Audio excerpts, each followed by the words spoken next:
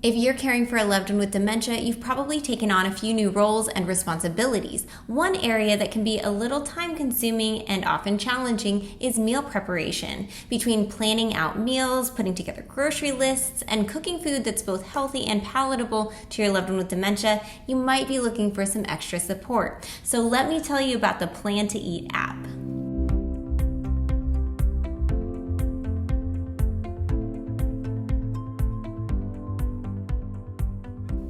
Hi, I'm Dr. Julie Fietta, and in today's app overview, we're going to be talking about the Plan to Eat app.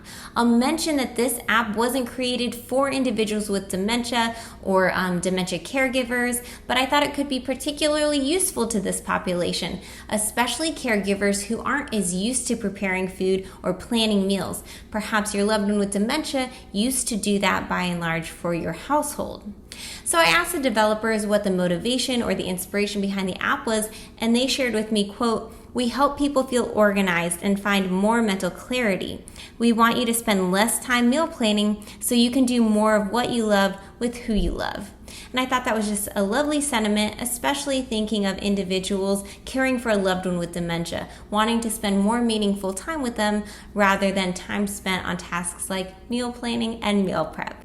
So without further ado, let me go ahead and show you the app. I'm going to show you the app on my MacBook 13 because I'm recording this video on my iPhone, but you can download this app on your smartphone.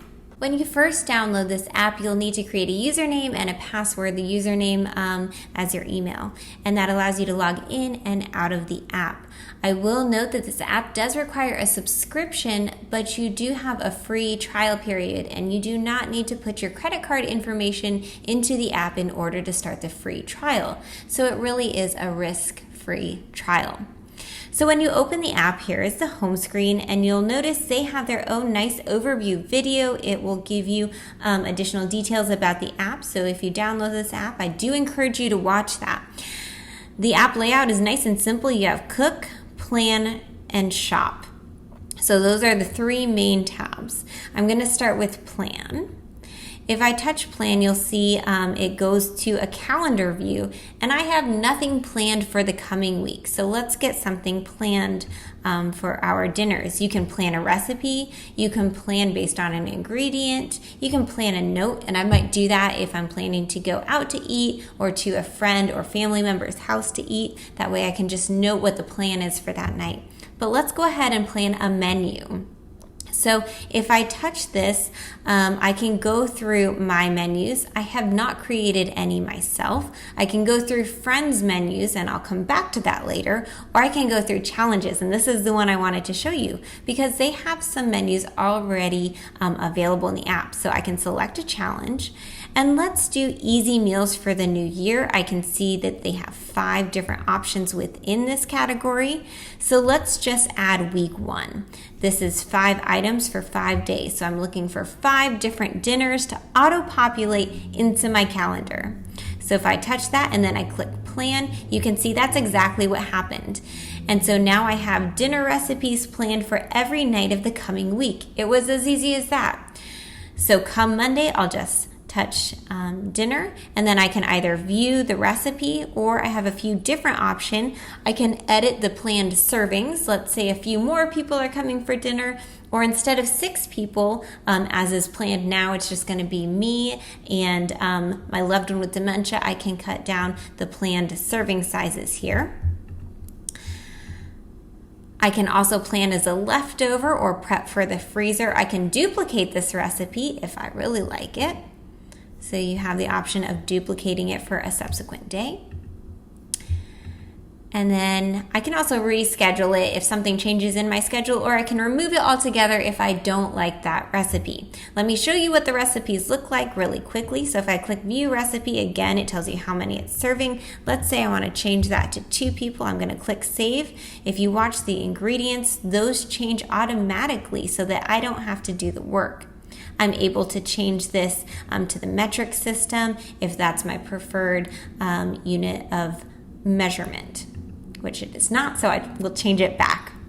So then I can start cooking if I am ready to cook, and it gives me either an overview view or step-by-step directions. Based on this meal plan that I've added to the app, I can jump over to the Shop tab, and you see it's created a customized shopping list according to that meal plan. So I don't have to do any of that planning either. You're able to customize a few different aspects of this portion of the app. You can change what stores you're choosing from.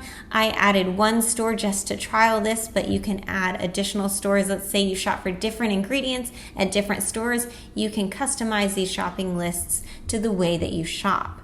You can also print the shopping list. So if you like to have a piece of paper with you when you go to the store and check things off with a pencil or pen, you have the option of printing the list here. Now let's go to the Cook tab. I showed you how to get to the recipes from the menu, but if we click Cook, we can look through different recipes that we've saved. I pulled this recipe from the internet. It's really easy to pull recipes from the internet through the Add Recipe tab. You can import them by adding a URL. So if you have your browser application open and you find a recipe you like, you can copy the URL and paste it into this app. You can also take it directly from your browser application and put it into the app by touching the Share button.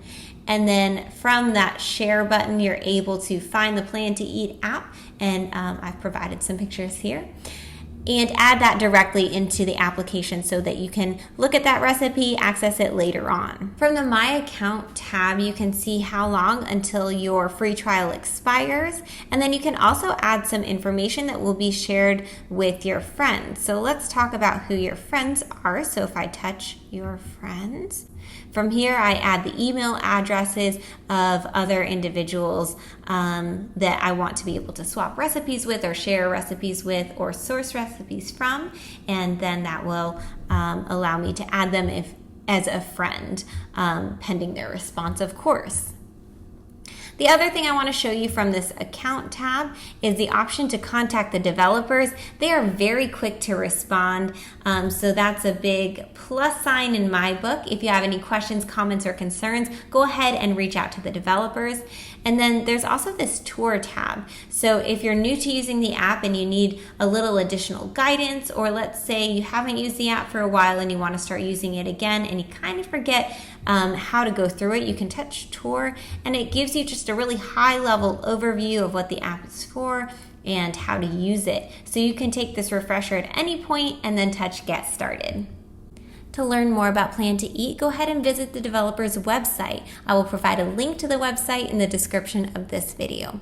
If you think that this app might be useful to you as you plan and prepare meals for yourself and your loved one with dementia, go ahead and download it. Take advantage of the free trial, and then if you find it helpful, move forward with the subscription. Now, as always, this is not meant to be medical advice or recommendation because I'm not that kind of doctor. Thanks for watching. Please like, follow, and subscribe.